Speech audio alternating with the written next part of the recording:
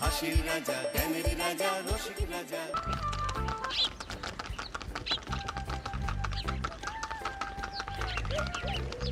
অনেক দিন পর বেশ লাগছে বন ভ্রমণ। মাঝে মাঝে কাজের ফাঁকে এইসব জায়গায় এলে মন খুব ভালো লাগে। শুদ্ধ বাতাস, মাটির সোনা গন্ধ, পাখির কলতান, আহা।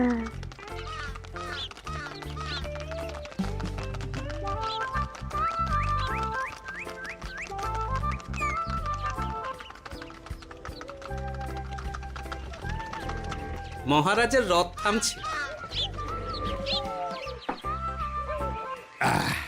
আমরা এইখানে বসে আজ রাজকার্য পরিচালনা করব।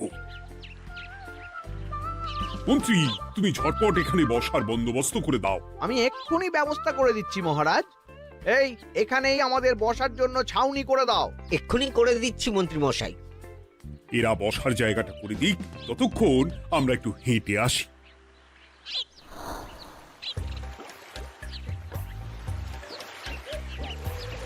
সকালবেলা হাঁটা শরীরের পক্ষে খুব ভালো মহারাজ।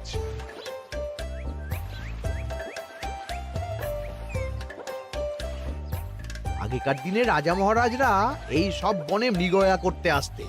মৃগয়া একদম ভালো নয় মন্ত্রী। তুমি জঙ্গলে আসছো অন্য প্রাণীদের মারতে। কেন মারবে? ওরা তো তোমার কোনো ক্ষতি করেনি। না, তা করেনি, কিন্তু তখন ওটা রাজা মহারাজাদের খেলা ছিল। শুনেছি আপনার প্রপিতামহ খুব ভালো বাঘ শিকার করতেন, অনেক বাঘ মেরেছেন। মন্ত্রী, তুমি একটা কথা হয়তো জানো না। আমার প্রপিতামহ শিকার করতেন, কিন্তু কোনো স্বাভাবিক জানোয়ারকে নয়। যে বাঘ মানুষ খেকো হয়ে প্রজাদের ক্ষতি করত, আমার প্রপিতামহ সেই সমস্ত বাঘদেরই মারতেন। এছাড়া উনি বন্য প্রাণী সংরক্ষণ করতে বড়ই ভালোবাসতেন।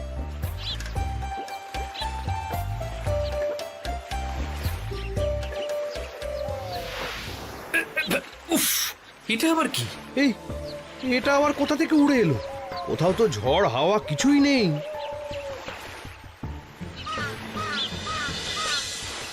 একটা ধাঁধা মহারাজ, এই কাগজে লেখা। ধাঁধা? পড়ো দেখি। জোয়ার ভাটা প্রভুর খেলা, ভাটা হবে হলে বেলা। ভাটা হলেই দেখা যাবে লাল রঙের এক পাথর পাবে। নদীর ধারে গর্ত করে যত্নে সাজাই কলস ভরে। হেথায় হোথায় ছড়িয়ে যাহা, অন্ধকারে জলে তাহা। ঢুকলে চক্ষু ঝলসে যাবে, হাতের কাছে ঘন্টা পাবে। ঠিক ঘন্টা বাজলে পরে পড়বে ঝরে থরে থরে। ঘন্টা যদি হয় ভুল, যেন তুমি হারাবে কুল। ঠিক ঘন্টা চিনতে হলে নকশা দেখো চক্ষু খুলে।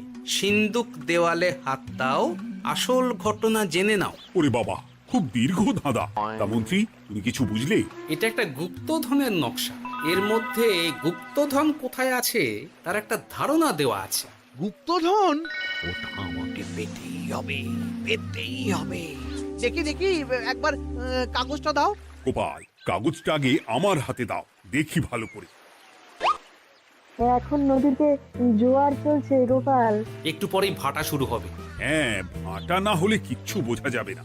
এখানে স্পষ্ট লেখা আছে, ভাটা হলেই দেখা যাবে লাল রঙের এক পাথর পাবে। তার মানে আমাদের ভাটা হওয়া পর্যন্ত অপেক্ষা করতে হবে। না, সময় নষ্ট না করে ধাঁধাটার সমাধান করতে শুরু করি।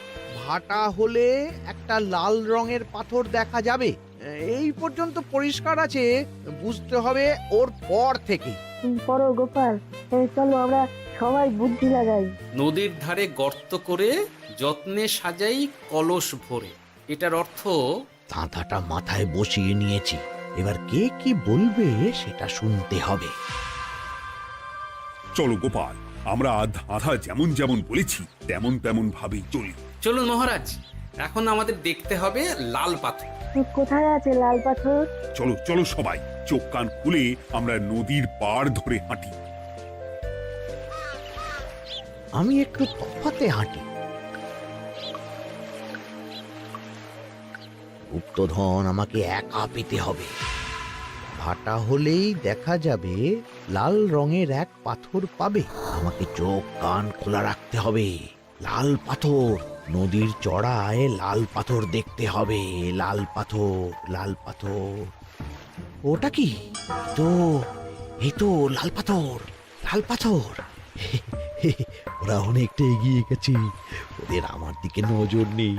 এই সুযোগ, এই সুযোগ, একা একা গুপ্তধন নিয়ে পালাবো।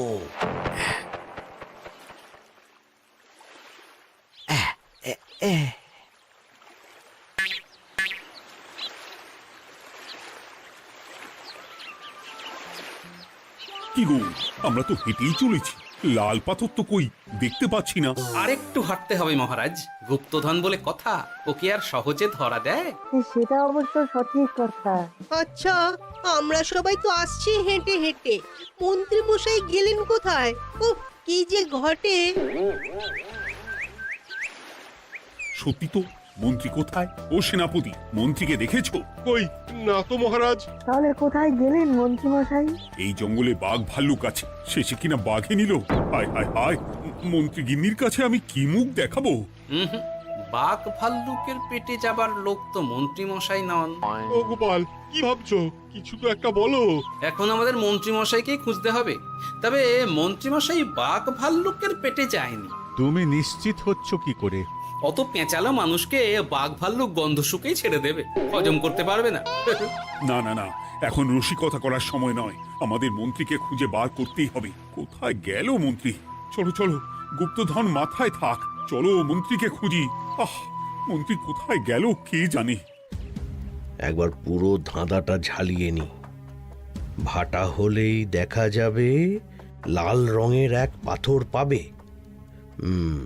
ভাটা হয়েছে, লাল রঙের পাথরের মাথায় চাপ দিয়ে গুহার মুখও খুলেছি। এবার এবার নদীর ধারে গর্ত করে যত্নে সাজাই কলস ভরে। এটাই তো ঠিক বুঝতে পারছি না।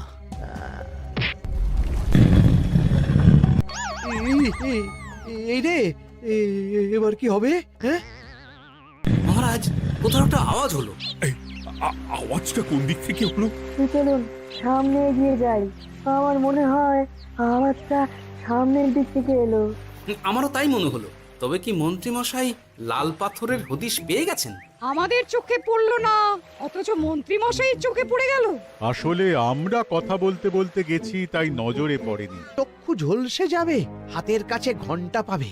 পেয়েছি পেয়েছি, ঘন্টা ঘন্টা ঘন্টাটা পেতে হবে। ঘন্টাটা ঘন্টাটা ঘন্টা। ভাটা হলেই দেখা যাবে লাল রঙের এক পাথর পাবে। নদীর ধারে গর্ত করে যত্নে সাজাই কলস ভরে। হেথায় হোথায় ছড়িয়ে যাহা, অন্ধকারে জলে তাহা। ঢুকলে চক্ষু ঝলসে যাবে, হাতের কাছে ঘন্টা পাবে। ঠিক ঘন্টা বাজলে পরে পড়বে ঝরে থরে থরে। ঘন্টা যদি হয় ভুল, যেন তুমি হারাবে কুল। ঠিক ঘন্টা চিনতে হলে নকশা দেখো চক্ষু খুলে। সিন্দুক দেওয়ালে হাত দাও, আসল ঘটনা জেনে না।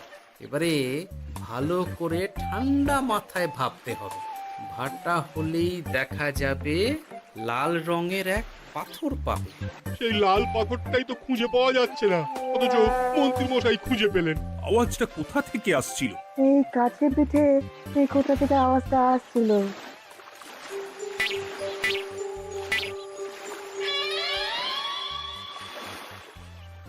এই তো, এটাই মনে হয় সেই লাল পাথর। একটু নাড়িয়ে চাড়িয়ে দেখি তো কিছু হয় কিনা।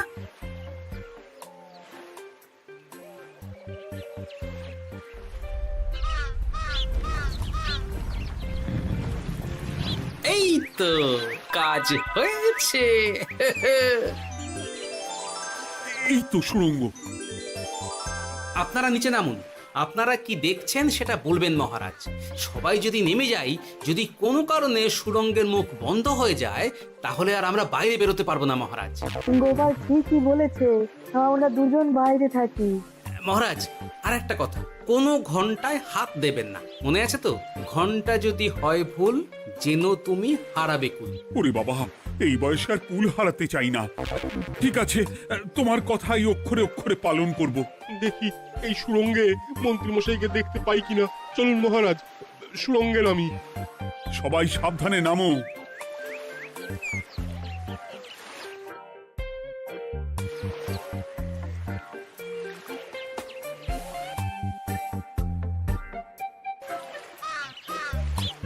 মহারাজ, ওখানে কি কি দেখতে পাচ্ছেন? ওখানে কি মন্ত্রী মশাই আছেন? না গোপাল, মন্ত্রীকে এখনো দেখতে পাইনি। শুধু আমি এখানে অজস্র পাথর দেখতে পাচ্ছি। পাথরে পাথরে ছয়লাভ, ছোট বড় অজস্র। পাথরগুলো পাথরগুলো বড় অদ্ভুত, কিরকম কিরকম মানুষ মানুষ গড়ন। লম্বা বেটে হরেক রকম। মানুষ মানুষ গরম, সেটা কি রকম? আর কিছু? কোনো কলসি কি দেখতে পাচ্ছেন? কলসি তো দেখতে পাচ্ছি না। মহারাজ, কলসি থাকতেই হবে, কারণ ধাঁধায় লেখা আছে নদীর ধারে যত্ন করে যত্নে সাজাই কলস ভরে। গর্তটা আসলে হলো সুড়ঙ্গ, কিন্তু কলস। মহারাজ, মহারাজ, এইদিকে এইদিকে একটা কলসের মতো কি যেন আছে। এইদিকে আসুন, এদিকে এদিকে। হ্যাঁ গোপাল, দেখতে পেয়েছি। এবার আমি যেরকম যেরকম বলবো সেই রকম সেরকমই করবেন। আমি বিজ্ঞানীকে নদী থেকে জল তুলে পাঠিয়ে দিচ্ছি। পাত্র কোথায় পাবে? আমাদের জল খাবার যে পাত্র আছে সেটা আনতে লোক পাঠাচ্ছি। ঠিক আছে। শুধু একটা কথা বলছি, আপনারা কেউই সুড়ঙ্গের ভেতরে কোনো কিছুতে হাত দেবেন না। কেন গোপাল? সব পরে বলবো, এখন আমি যা বলছি সেটা শুধু মনে রাখুন। সুড়ঙ্গের ভেতরে কিছুতে হাত দেবেন না। ঠিক আছে। প্রহরী, তুমি যাও, যেখানে আমাদের বসবার আয়োজন করা হয়েছে সেখানে গিয়ে একটা জলের পাত্র নিয়ে নদী থেকে জল ভরে নিয়ে এসো। গোপাল, মন্ত্রী মশাই কোথায় গায়েব হয়ে গেলেন? কোথাও গায়েব হয়ে যাননি বিজ্ঞানী, কোথাও গায়েব হয়ে যাননি উনি। উনি ওই সুড়ঙ্গের ভেতরেই আছেন। কিন্তু কেউ তো ওনাকে দেখতে পাননি। সম্ভবত পাথর হয়ে আছে। এখন কিভাবে পাথর হয়েছেন সেটা তো আমি বলতে পারবো না। সবটাই স্বপ্নের মতো লাগছে। ঠিক যেন স্বপ্নের মতো লাগছে। এই জীবনে সুরঙ্গ দর্শন হয়ে গেল। আমাদের পাতাল প্রবেশ। পাতালে আসিয়া আমি মনে মনে বলি, গুপ্তধন নিয়ে আমরা যেন সৎ পথে চলি। তোমার এখনো কাব্য আসছে সভাকবি? আসছে মানে কাব্যের সাথে আছে রোমাঞ্চ, করছে গা শীত, হচ্ছি আমি অধীর। মহারাজ, জল দিয়ে বিজ্ঞানীকে পাঠাচ্ছি। কি করতে হবে বিজ্ঞানীকে সব বলে দিয়েছি। তুমি ভেতরে আসবে না? আসবো ঠিক সময়ে। এখন আমি যেমন যেমন বলবো আপনি ঠিক তেমন তেমন করবেন। ঠিক আছে। বিজ্ঞানী, যেমন যেমন বললাম ঠিক তেমন তেমন ভাবে কলসিকে জল দিয়ে পরিষ্কার করবে। মনে রেখো, ধাঁধায় আছে কলসি সাজাই যতন করো। তুমি একটা কথা মনে রেখো বিজ্ঞানী, কোথাও হাত দিও না কিন্তু। ঠিক আছে গোপাল, তোমার উপস্থিত বুদ্ধির তুলনা নেই। আমি যাচ্ছি গোপাল। সাবধানে সাবধানে। মহারাজ, বিজ্ঞানী যাচ্ছে। সাবধানে নামো, সাবধানে। মহারাজ, কলসিটা কোথায়? ওই তো, একটু সাবধানে যাও।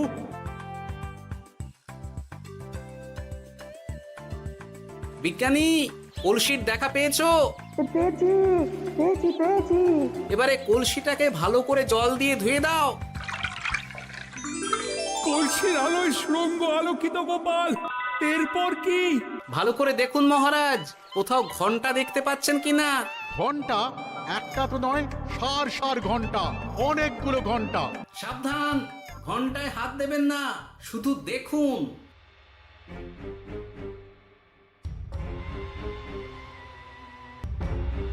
মহারাজ, আমরা গুপ্তধনের খুব কাছে চলে এসেছি। তাই নাকি? কি মজা, কি মজা! এবার খাবো ক্ষীরের গজা।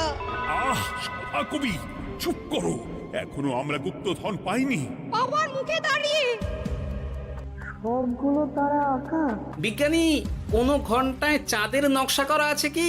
একটু দেখে বলো না। আমি আতস কাজ নিয়েই দেখছি, সব ঘন্টাতেই তারা আঁকা। খবরদার, কোনো ঘন্টাকেই ছোঁবে না। ঠিক আছে, কোনো কিছু না ছুঁয়ে আমি দেখছি। পেয়েছি গোপাল, চাঁদ আঁকার ঘন্টা পেয়েছি। ওই ঘন্টাটা বাজাও, বাজাও।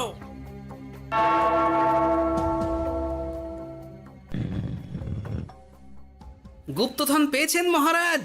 বাঁচাও, বাঁচাও। বাঁচাও। বাঁচান মহারাজ, বাঁচান বিজ্ঞানী মহারাজ, মন্ত্রীর গলা পাচ্ছ না? মহারাজ, আমি পাথর হয়ে আছি, আমাকে মানুষ করুন মহারাজ। তুমি তো মানুষই ছিলে, হঠাৎ করে পাথর হলি কেন? মহারাজ গুপ্তধন পেয়েছেন? পেয়েছি, তার সাথে মন্ত্রীকেও পেয়েছি। মন্ত্রী এইখানে কোথাও পাথর হয়ে দাঁড়িয়ে আছে। দাঁড়ান মহারাজ, এবার আসছি। সাবধানে এসো। আমি ভেতরে যাচ্ছি, বুঝলে? যদি কোনো কারণে দেখো পাথরটা গুহার মুখটা আটকে দিয়েছে, অমনি তোমাদের কাজ হলো পাথরটাকে ছুঁয়ে ফেলা, বুঝলে? ঠিক আছে গোপাল দাদা। আমার মনে হয় বিপদ আর কিছু ঘটবে না, তবুও সাবধানের তো মান নেই। ঠিক আছে, তুমি নিশ্চিন্তে ভেতরে যাও। বাঁচাও, আমাদের বাঁচাও, আমাদের সবাইকে মানুষ করুন। আমাকে মানুষ করুন মহারাজ। আপনাকে তো মানুষ করা হবে মন্ত্রী মশাই। আগে বলুন, আপনি পাথর হলেন কি করে? ও, মনে পড়েছে, ধারার শেষ লাইন, সিন্দুক দেওয়ালে হাত দাও, আসল খবর জেনে না। সত্যি গোপাল, তুমি না থাকলে এই এত কিছু আমাদের সবার কাছে অজানাই থেকে যেত।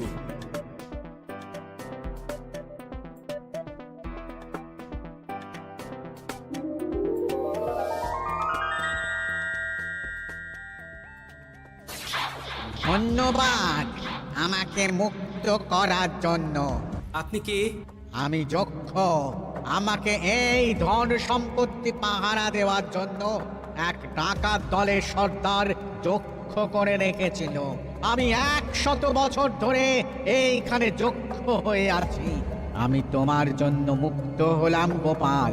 এই সম্পত্তি তোমার গোপাল। সম্পত্তি নিয়ে আমি কি করব? আমি এই সব সম্পত্তি মহারাজকে দান করলাম, রাজ্যের অনেক কাজ হবে এতে। তুমি ধন্য গোপাল, তুমি ধন্য। এবার আমার যাবার সময় এসেছে, আমাকে যেতে হবে। যাবার আগে এই পাথরগুলোকে মানুষ করে যান। এরা সব লোভী।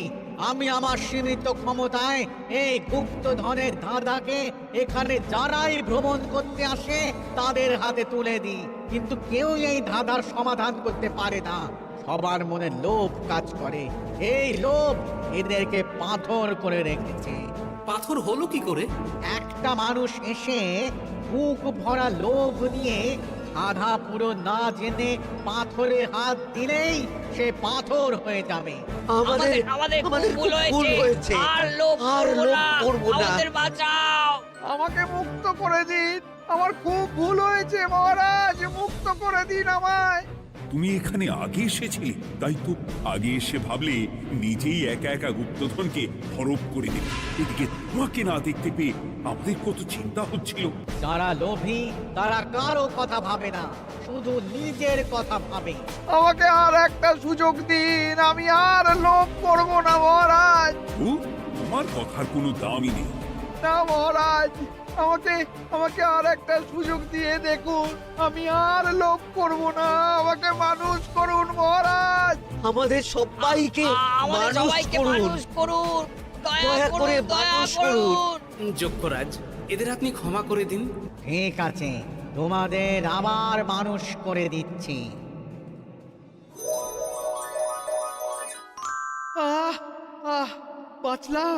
বাঁচলাম। এই রকম বারবার বাঁচা যাবে না কিন্তু। এবার সাপ ব্যাং যাই হবে না কেন ওইভাবেই থাকতে হবে, এই আমি বলে দিলাম।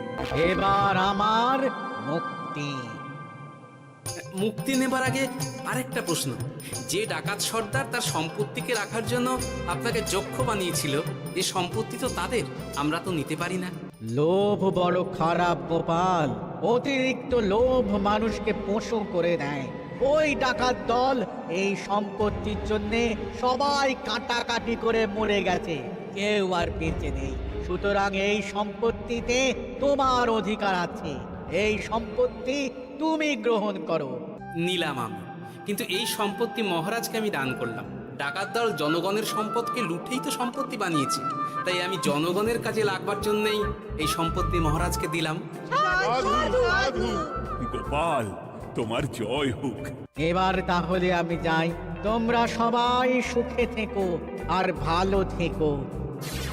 গোপাল, তোমার তুলনা হয় না। তোমার ঋণ আমি কোনোদিন শোধ করতে পারবো না। তুমি কৃষ্ণনগরের জন্য যা করলে তা ইতিহাসে লেখা থাকবে। না মহারাজ, আমি এমন কিছু করিনি, এই কাজ সবাই করবে। জয় গোপালের জয়, জয় গোপালের জয়, জয় কৃষ্ণনগরের জয়। জয় কৃষ্ণনগরের জয়। হাসির রাজা জ্ঞানের রাজা রসিক রাজা